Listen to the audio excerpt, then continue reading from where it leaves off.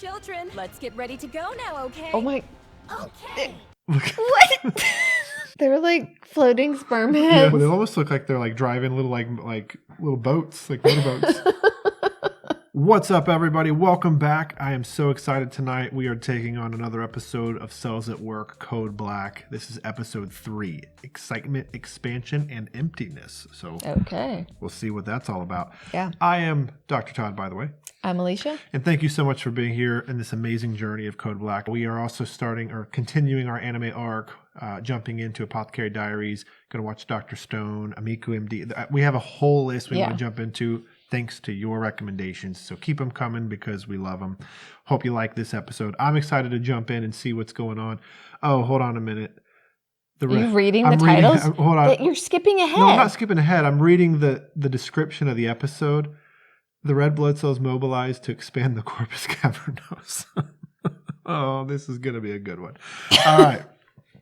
I don't want to tell you. I don't even want to tell you what that is. I don't know what that is. You're going to find out. Yeah. All right. Corpus cavernosum. Well, let's just say I think he's going to rise to the occasion. Oh my God. Anyway. All right. Well, let's get into this. Any thoughts before we do? Nope. All right. Well, hey, please consider hitting that subscribe button to help us grow. This has been so much fun. Like, comment, all the things. All right. Let's jump in. Blast off. That's what it means by excitement, expansion, and emptiness. I didn't understand it first. I do now. All right. Ready for blast off? Yeah. He is. Yeah. Our main character is. Hope those red blood cells are, because they're going to be involved. Oh my God. All right. You ready? This might be the best episode yet. Oh my God. All right. Play. Subscribe. In this body, tons of cells are always at work. Always. That's why it's called Cells at Work. Mm-hmm. Oh, look at those killer T cells. Hey, erythrocyte! Where's my supply of fresh oxygen? You'll have it tomorrow, I promise. You right away. Times have I heard that? I'm gonna tell your supervisors! Anything but that. The work environment here is... It's carbon monoxide. Yeah. Smoking, drinking. Yeah. It's a code black. Oh, it's a code black. Reference the title. Yeah, he said the thing. I do like the intro music for that. Yeah, doesn't it remind you of like a, not Fall Out Boy, but like a... Oh, maybe. Like a pop punk. Yeah. Sum 41. Yeah. Arousal isn't going to be far off. Please tell me we're not going to go through with this. We still have to do it, and some casualties More will alcohol. be unavoidable. Yeah.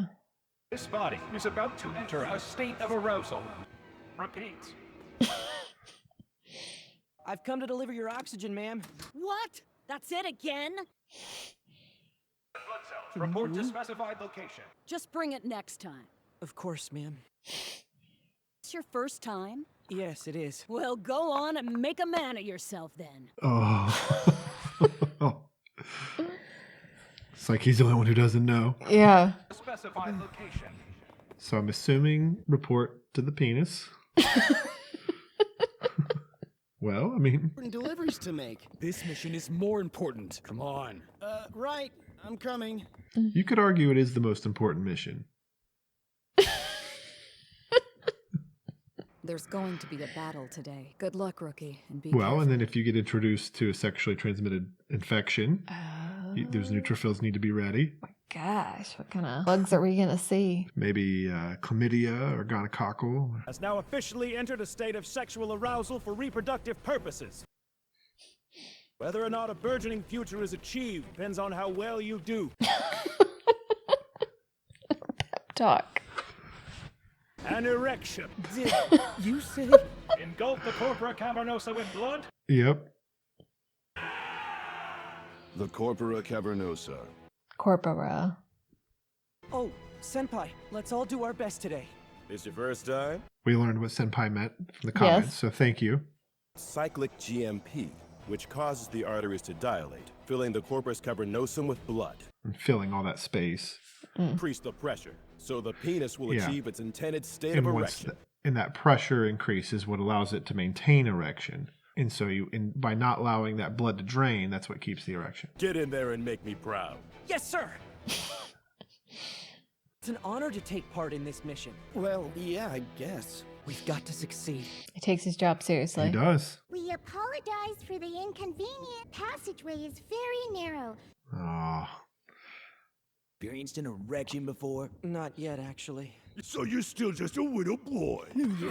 Obviously, it's interesting how they're kind of trying to draw a parallel here. Obviously, we're talking about a relatively sensitive subject. Yeah. And this is something that we deal with in the primary care world all the time. I mean, men coming in, asking for help with this, and oftentimes being a little bit reluctant, maybe a little bit embarrassed or shy. And then obviously then you have to break down the stats and the data and kind of show them that the numbers are staggering. I mean, there's a reason why, like, anytime you watch a sporting event, especially in this country, in the US, anytime you watch a sporting event, like every other commercial is a commercial for a pharmaceutical for erectile dysfunction. So like they're targeting that age, say 40 to 55 and above. I can't name the incidents offhand, but it is kind of funny too how like these, we'll say more mature red cells are sort of, you know, almost treating him like he's a young man who has never experienced this. Oh, I see. And so okay. it's sort of like, you know, he's just a cell who's doing his job, but they're drawing that parallel with the actual action of, you know, sexual arousal and then, of course, action. So anyway, kind of an interesting take on this. Yeah. What really matters is how you take on the task that's right in front of you. Between us red blood cells, so would you mind not butting in? I don't think I would be talking back to her.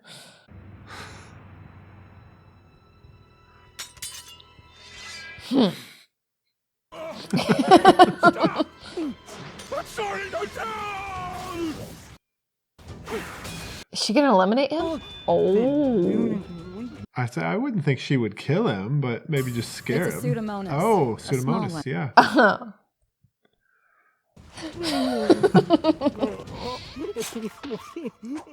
I mean, if she thought that cell was a threat, she would. Yeah, I agree. Thank you so much for your help. Nothing to thank me for. I'm just doing my job. The testes. I haven't ever been there before. Oh, that's nuts. Oh, God. I like it. You would like the I like dad all jokes. the the euphemisms. Yeah. Why does it look like a nursery? Well, Excuse because me, they're I have some basically oxygen like for you. gametes. Like There's like baby. Oh, there's the sperms Yeah. are like little babies. yeah. Yeah. Male reproductive cells that gradually mature into sperm. So there's something before their sperm? Well, yeah, like they have to develop into a sperm. Thanks for your help. Okay. It's called spermatogenesis. I thought they were just like in there, just like eggs are in women. Well, eggs also have to develop. But they develop in the womb. That is true. It's our job to give them the best care we possibly But can. Okay. men have to regenerate sperm. Okay. So spermatogenesis is something that's ongoing. It slows down as time goes on. Yeah, I guess that would be a lot of fluid to store for a long time. Cells. That's why They she's a little support sperm and grow. provide nourishment to the spermatogonia in the testes. I gotta say, this has probably been my favorite episode. Yeah, of course it is. But the men do determine if they're male or female. Basis for all of us Right. cells being born later on. Yes, because that has to do with the sex chromosome. So we're in that case Okay. referencing the Well, they can only- XX or Oh, okay. XY.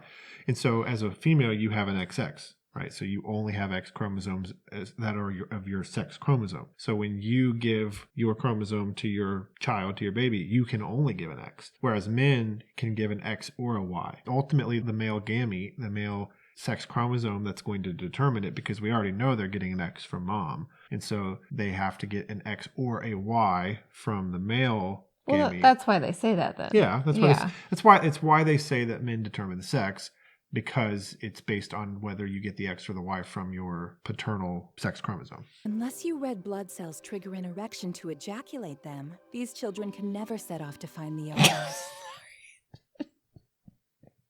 So just remember, we're all counting on you, Mr. Red Blood Cell. The whole world is counting on you. Right. Her scowl. I owe you one. And thanks for showing me how to get here. Well, see you, Four Eyes. So he's already done? Yeah, I was gonna say, did he already I guess he delivered his oxygen. You were wondering whether our jobs are really worth risking our lives for. So maybe he didn't go to the, yeah, because he went to the testes. Yes. Okay. If it's to selflessly protect another life, then risking your own feels like it's worth it. I swear, I'm going to ensure this mission succeeds. Okay, oh, so he's still maybe, going. yeah, Okay. Maybe that was like a flashback or something. Everyone, prepare to move. 5 seconds remaining. I like how it's like, all right, everybody ready. And charged! Make us proud, red cells. When these are relaxed, there's a steady, massive inflow of blood. For the greater good. Let me handle this. Oh. Right. That's a big red blood cell. Yeah. So that might be what we call a macrocyte. Like, I don't know if that was the intent here, but if you have larger than average red blood cells, we call that macrocytosis. Okay. And so I'm not sure. I mean, there's only one, Yeah. but yeah, like larger than average would be macrocytosis, and things that can commonly do that would be like B12 deficiencies, folate deficiencies, I guess other like genetic things that affect the shape. Anyway, all right, back to action. Children, let's get ready to go now, okay? Oh my. Okay. What? They're like floating sperm heads that look like swans. Well, they almost look like they're like driving little like little boats, like motorboats. Yeah, he's right. I think we can do this. Go all the way to the back. Sir! He has reached the erection state. Good job. Let's keep it up. Yep, got to keep it up. What's the problem? What's wrong? The corporate cavernosum cyclic GMP levels are taking a nosedive. He's not producing enough cyclic GMPs. At this rate, the blood vessels will start constricting. And then he'll lose the erection. Oh. Erection levels are down 50%. Now 40. Uh-oh. We need some help. We believe it's caused by compounded stress. Oh. Yeah. So it's ED. Well, yeah. I'd assume from all the stress on the body. And that can be a big part of Which ED. means ED. Yeah. He said it. Nerve signals from sexual arousal failing to reach it in time to sustain erection. Or certain medications are commonly known to do that. Okay. So something we see a lot in the outpatient world. Oh, there you are. Glad to see you're okay. I was worried. Let's get out of here before it's too late. His mouth's just like jaw dropped. Who's gonna be here to trigger the erection? The point is protect new lives. And to keep life going.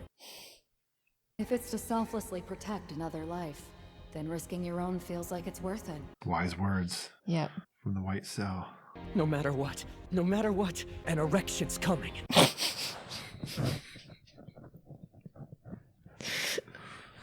There's no way that a sufficient erection can be achieved under such unfavorable conditions. Unless... You get one very eager red blood cell. That's it. I was thinking medication. Yeah. Me and two. Uh-huh. Are you sure? There's two. I think I'd much rather be doing this. Thank you, buddy.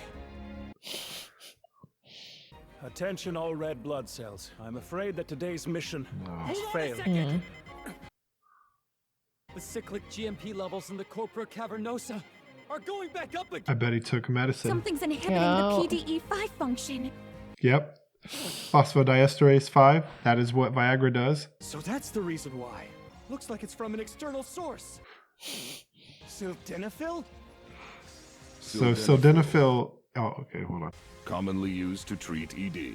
Best known by its brand name, Viagra. Yes, Yeah. Viagra. Viagra. There's also tadalafil, which is Cialis. That's another common one. And they are both very good, particularly kind of first-line agents for this, because of exactly what they just said. There's phosphodiesterase inhibitors, and so they keep those levels up.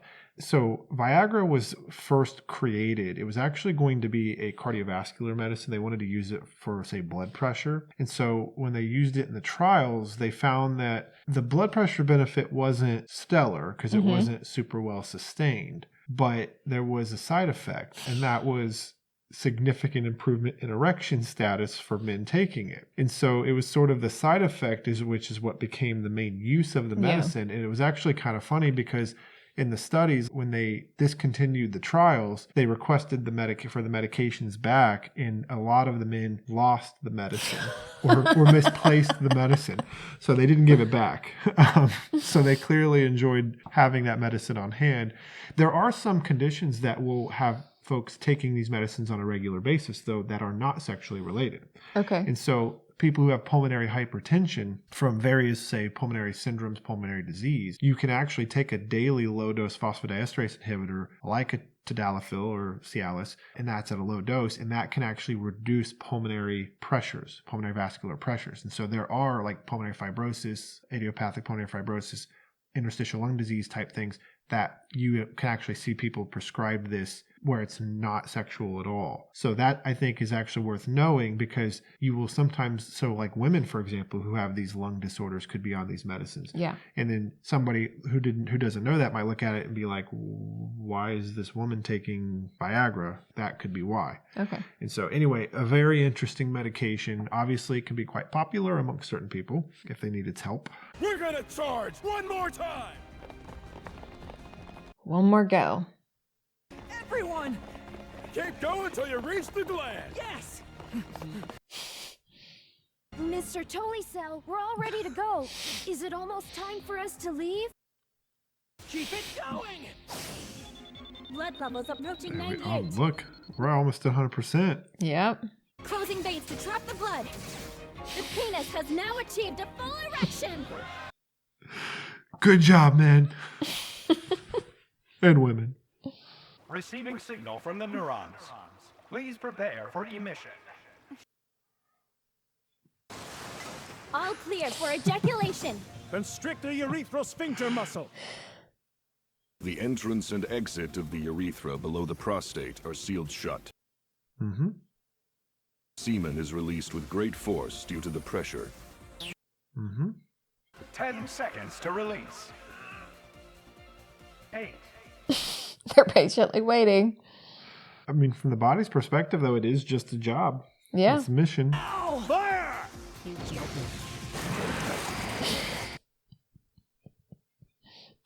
Yeah, I'm gonna beat you. No, you're not. You're gonna get creamed.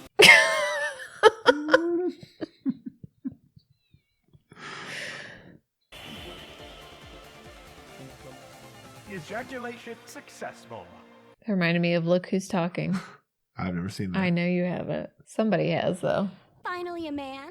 The red blood cells did a very impressive job completing their task.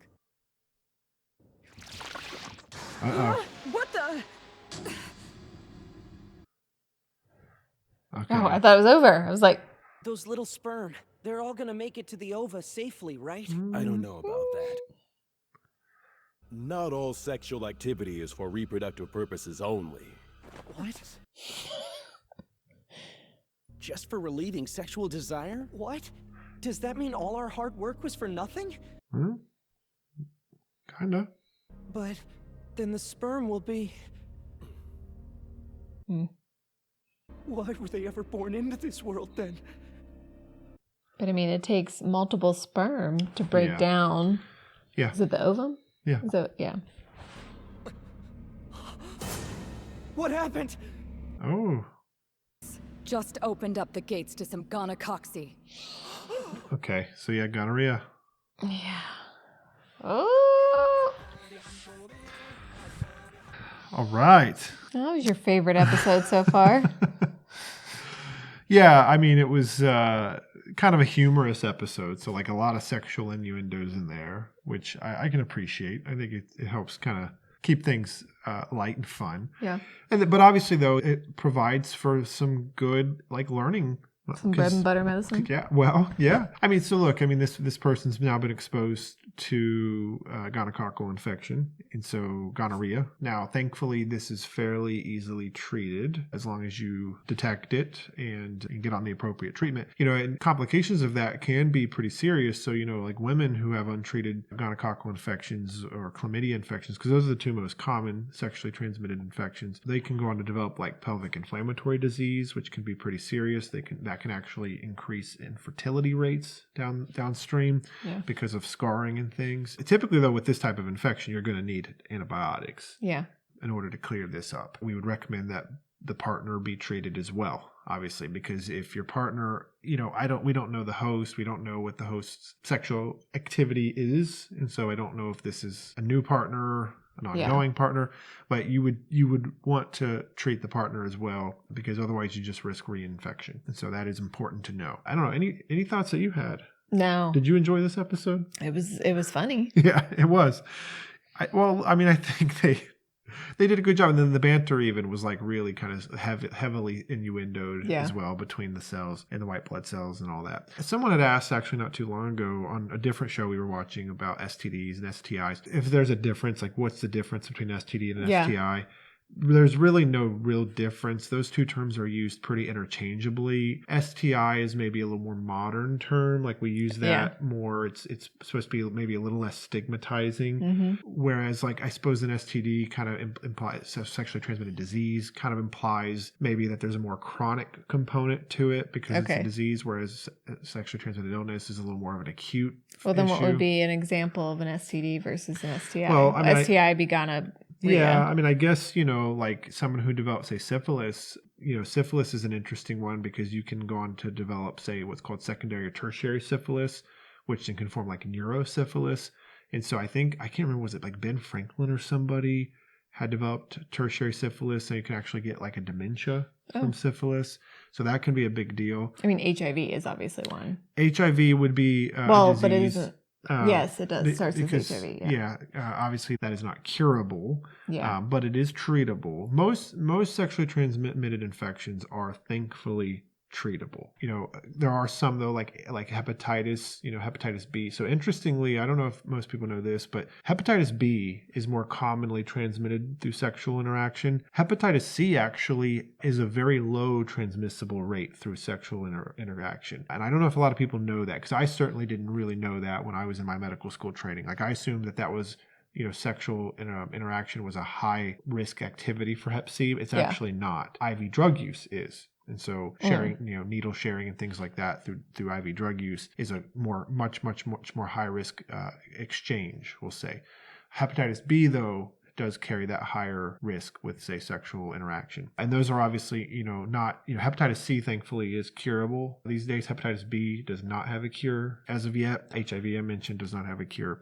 But some of the more common ones like chlamydia and gonorrhea, those are curable. What about HPV? Yeah, that's a good one, because HPV has multiple strains. The ones that are most dangerous are strains 6, 11, 16, and 18. Those are the ones that are kind of known to be related to cancer. And so like cervical cancer is, generally speaking, going to be someone who's been exposed to one of those more dangerous strains. Now, HPV is very common. Most people who are sexually active will be exposed to HPV. And a lot of times when you're exposed at a young age, and so, someone who's, say, early 20s, the body actually will oftentimes clear that infection. Oh, okay. Exposure later, though, tends to have a less likely to clear it. And so that's when sometimes then we see these issues develop. But that is a good one, because we do have a vaccine for HPV, thankfully. But it is something that you should be pretty vigilant about. It's the number one cause of cervical cancer, right? Yes, number one cause of cervical cancer in women. And men oftentimes can be carriers for a lot of these things and maybe not exhibit a whole lot of symptoms. And so that's where it gets a little bit challenging. And then there's other things like trichomonas. And again, thankfully it's treatable. Yeah. I don't know. I was not anticipating we'd be talking about sexually transmitted illnesses tonight. No. But it's a good topic. It's an important topic. And I think it's one that I appreciate that Cells at Work Code Black has brought to the table, because I do think it provides for a lot of education. And so I hope you guys enjoyed this discussion. I did. I enjoy all these discussions, honestly. And so if there's any more information or details you'd like me to go into, though, let me know. Because I think that was like a bit of a crash course. And so it didn't go into like tremendous depth. But if there is anything else, please don't hesitate to let us know. On that note, I think we're going to call it a night. All right. So we're going to jump into our next Cells at Work here soon. Until next time, guys, have a good night. See ya. I am Dr. Todd.